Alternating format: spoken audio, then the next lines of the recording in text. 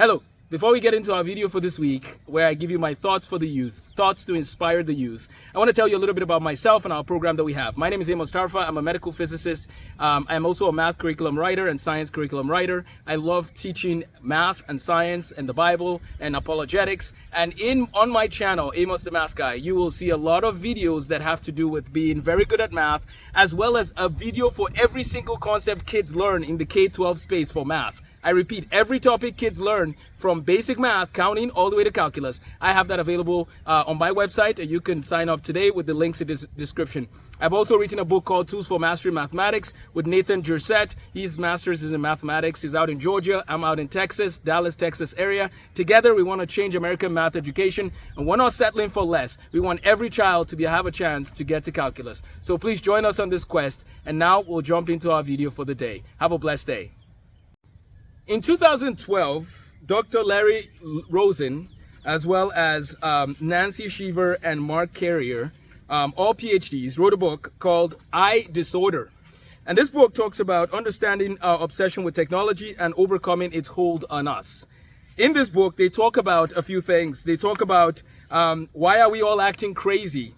Media starts with me.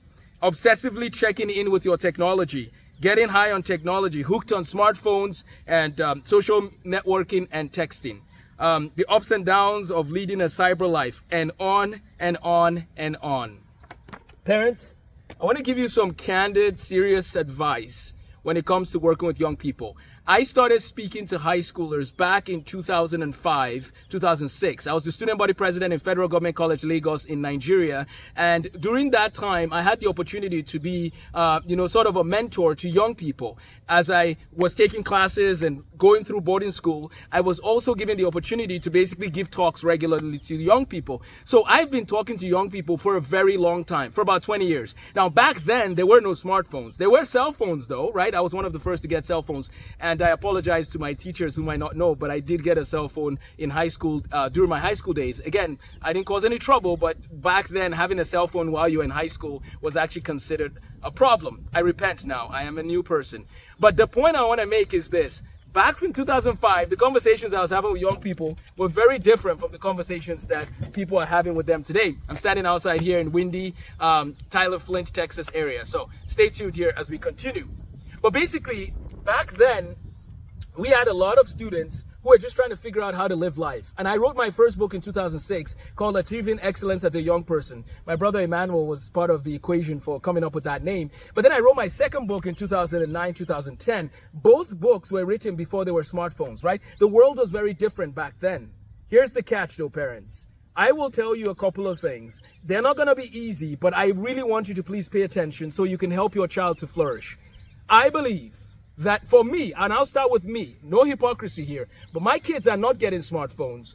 They're not getting smartphones, period, until much, much later. Again, this is me. I'm not trying to judge you if your kids have smartphones, but I want to explain. My kids are not getting smartphones. They're getting a GPS, a flip phone, and, a diary if they need a diary, and they can have a computer that is used in the house. This is not about saying they can't have a computer. This is about saying, do you want to give your child a device that has unlimited data most of the time, and they can literally be surfing the internet just on and on and on?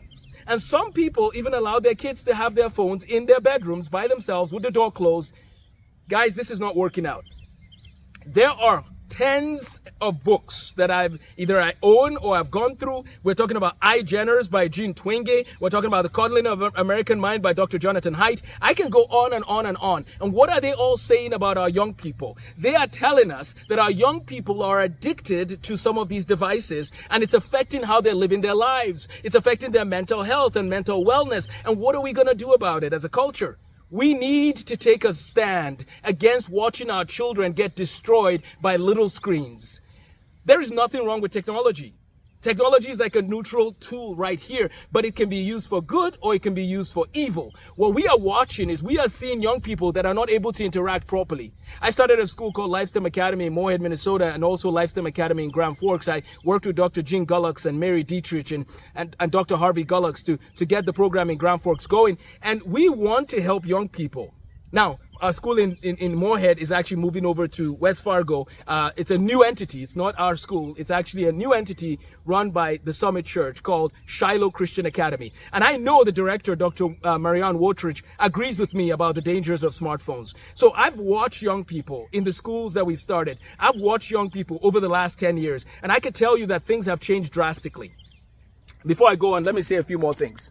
It is interesting that I started teaching at Lakeview Christian Academy in Duluth, Minnesota, before there were smartphones that were ubiquitous, right? So I taught the generation then. And then I taught a generation or a year or two after. Like I've watched the young people a year or two after. And I could tell you that apathy has grown greatly. These kids that, you know, back in 2012, what were you doing for fun? Yes, there was video games, and but you hang out with your friends, and we played a lot of basketball. I coached basketball. You know, the Broman brothers did an excellent job. You know, they make me look good now when I say that I coach basketball, because people think, oh, you coached the Broman brothers? Yeah, by coaching them, I mean that I was like helping the coach carry his books around. I really didn't really help much with the Broman brothers. They're very good at what they do. But I got a chance to watch these kids do physical exercise together, hang out together, encourage one another. And then the times began to change. People have smartphones on the buses. People have smartphones on the fields after their games. And people are glued to their devices. So what is the solution to this problem? First of all, I will tell you, there's no way around it. There are some young people that should not have smartphones. They should not, because it is affecting them. Some of them are throwing temper tantrums. Some of them are mad at their parents. It's affecting their moods and attitudes. They should not have smartphones. And by the way, you can survive without smartphones. It's actually not part of the blood work that, you know, it's not part of, you know, some people think smartphones are like part of what makes their blood work and how they function. No. Actually, you can live without it and be fine. So, number one is there are people that should not have smartphones. Number two, parents. If your child has a smartphone, the research talks about the fact that there's different levels of timing that kids should have devices, right?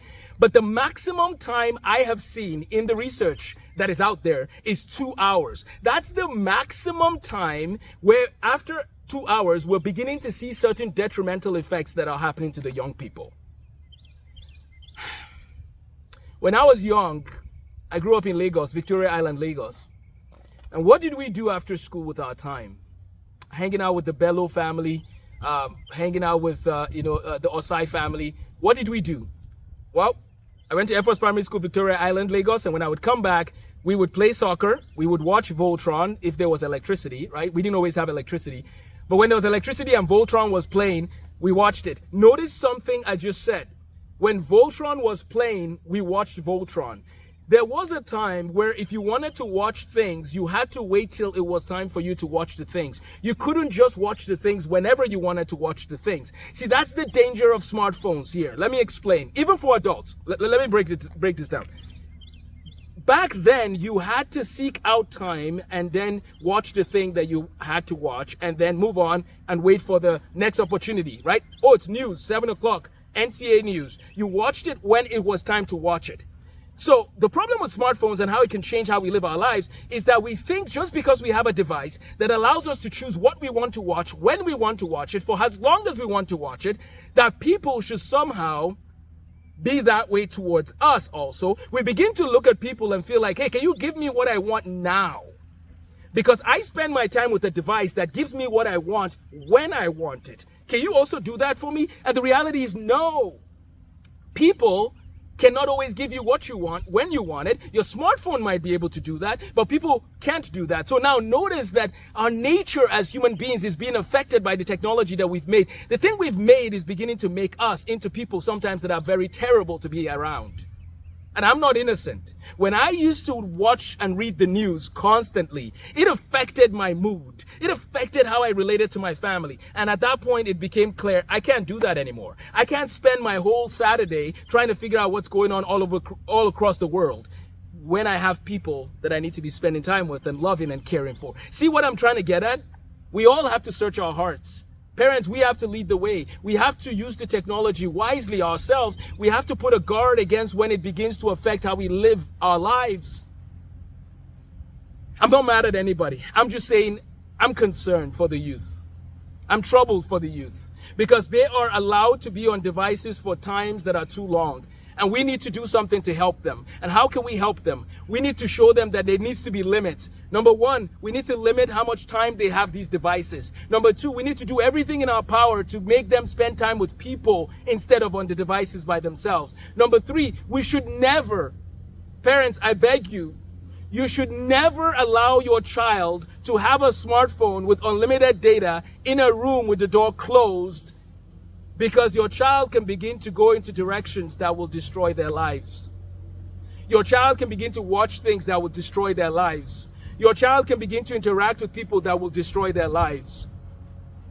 Smartphones should not be treated as a thing that is sort of a privilege that the kids get to have. Not at all. It should have a purpose. It should have a time limit. Honestly, 2 hours is too long. Like, for some people, again, when you start interacting with social media for excessive periods of time, it starts building covetousness in you. Oh, my friends are in Mexico at that resort. They're having a great time, and I'm over here in North Dakota, and the snow is on the ground, and my life is just sad. That happens. Even as adults, don't you sometimes look at your friends when they share a picture of their mansion and maybe ask yourself, man, I thought my house was big. I have 4 bedrooms, and look at that guy's house. He's got 10 rooms and 1 kid. Have I made it in life? There are theological implications to technological discoveries. There are theological implications to technological discoveries. So we have to search our hearts, we have to guard our hearts, and we have to guide the youth, and we have to help the youth, in many cases by moving them away from smartphones, by moving them away from social media, as we see, and if we see it, destroying them. So, let's have kids playing outside again. Let's have kids playing soccer. Let's have kids interacting with one another. Let's have kids encouraging one another. America is a land that is full of so much entertainment, where people just want to be entertained all the time. While your kids, America, I'm not mad at any person, but I just want to tell you this. America, I am so upset at what you're doing to your children in education. They're failing. A lot of them are failing, and you're allowing them to have smartphones through the summer instead of telling them you need to get your act together and do better with your schoolwork. Let me land the plane here. I'm not mad at children that are failing. Not at all. I'm not upset at them. What I'm upset about is that we as a nation are literally going into captivity. In my episode of Living Sensibly podcast tomorrow, God willing, I'm going to be talking about that. How the children of Israel went into captivity in Babylon. Okay? Stay tuned for that. Living Sensibly with Amos Tarfa channel. That's what I talk about there. And then I have a Living Sensibly podcast on iTunes and Spotify. We're going to talk about captivity. We're going to talk about how our children in America are going into captivity, and our nation in broad daylight is going into captivity. And I'm not trying to be hyper conspiracy. No. I'm saying, look at the state of the nation. Our children's education. Look at how many states are talking about their kids not being at grade level. Do you understand that a Nigerian high school graduate is better educated than a college graduate in America?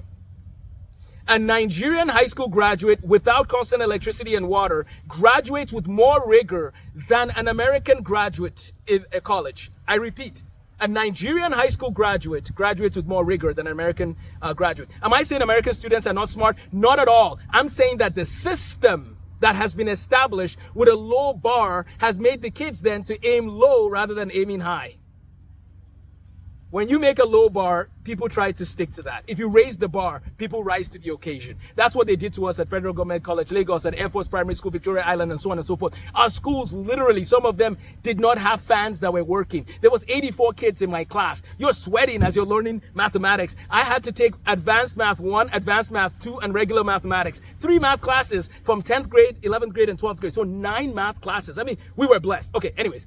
Not trying to bash any American youth. I'm just saying your system is failing you, so don't follow the American system. Meet their requirement, but use their requirement as literally like, oh, we're just getting started.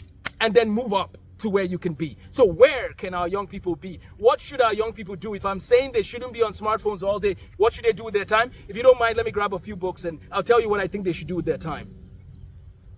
First of all, they should check out Eye Disorder or books like it, okay? And again, I'm not approving everything that every psychologist or every writer says about everything. Of course, you should know that, but I am saying maybe be aware of the dangers that they are finding amongst the youth. That's the first book I want them to think about that. Read and research the dangers of technology so that they can make sure that they use their brains to the max. That's number one.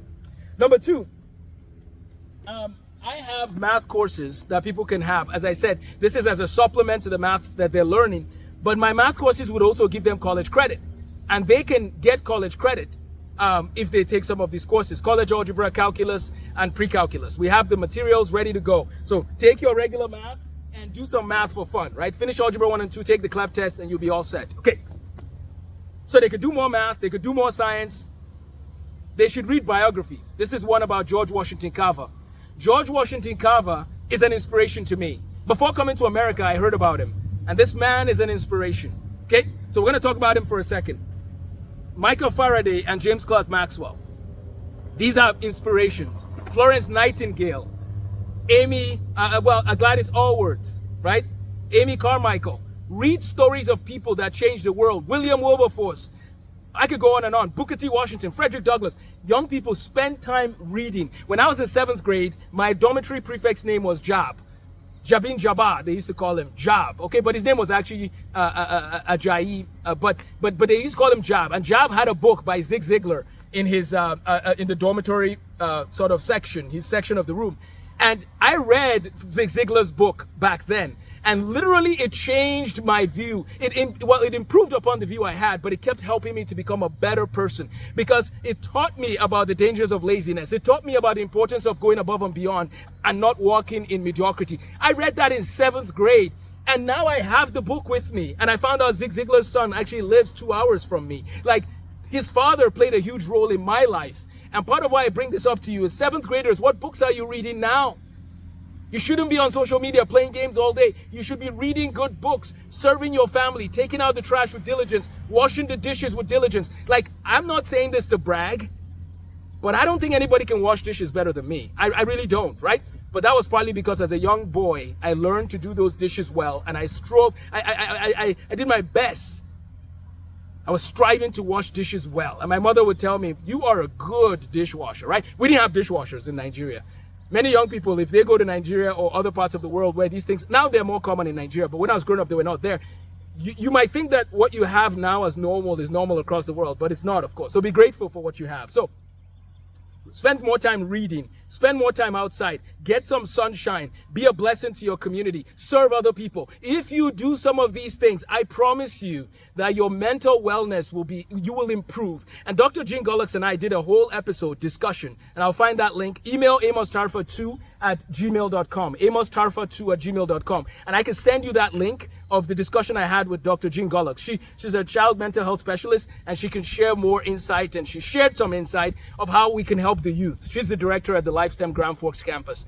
And they are still going on as LifeSTEM Grand Forks, taking students for the fall. They have Dr. Harvey Gullux teaching chemistry. They have Dr. Steve Hill teaching biology. They have a lot of people there helping and serving students. They have French that they're learning. I think everybody should learn another language. Okay, so young people, read good books. James Clerk Maxwell, Michael Faraday. Figure out more about your careers. Study about careers. And then when you find the thing you want to do with your life, invest time now getting those skills.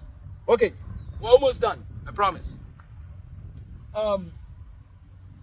Math history is one of the things I teach, okay? And so I encourage people, this is Leonard Euler's story, this is Fibonacci's story. I really want to encourage our young people to make time to learn math history. That's part of why in my curriculum, which is again a supplement for people, it could be a supplement to whatever curriculum you use, Singapore math, Math UC, Saxon math, whatever math you use. If you want to have a supplement that provides you with the context of the math you're learning, then go to Amos the Math Guy. Amos the Math Guy on YouTube, and you're going to see different social media platforms later. Now you might say, oh Amos, how could you have a social media platform? How could you use YouTube? Again, I just have those tools to tell people about what's available, but ultimately I would rather have them put a limit to how much they're interacting with that. I don't want your kids doing math for 17 hours a day. I don't. As much as I love math, I want them to go serve their communities. So please, if you want that math resource, that is one way you can support the work I do. Feel free to go to Amos the Math Guy, share the videos, like, subscribe, share the videos with your friends. And then, yeah, if you want to buy any of my math courses, feel free to reach out, amostarfa2@gmail.com. I also have learn.fulllifeacademy.org where I host all my courses. Okay, let's land our plane. Our young people have talent. They have opportunities. They can flourish.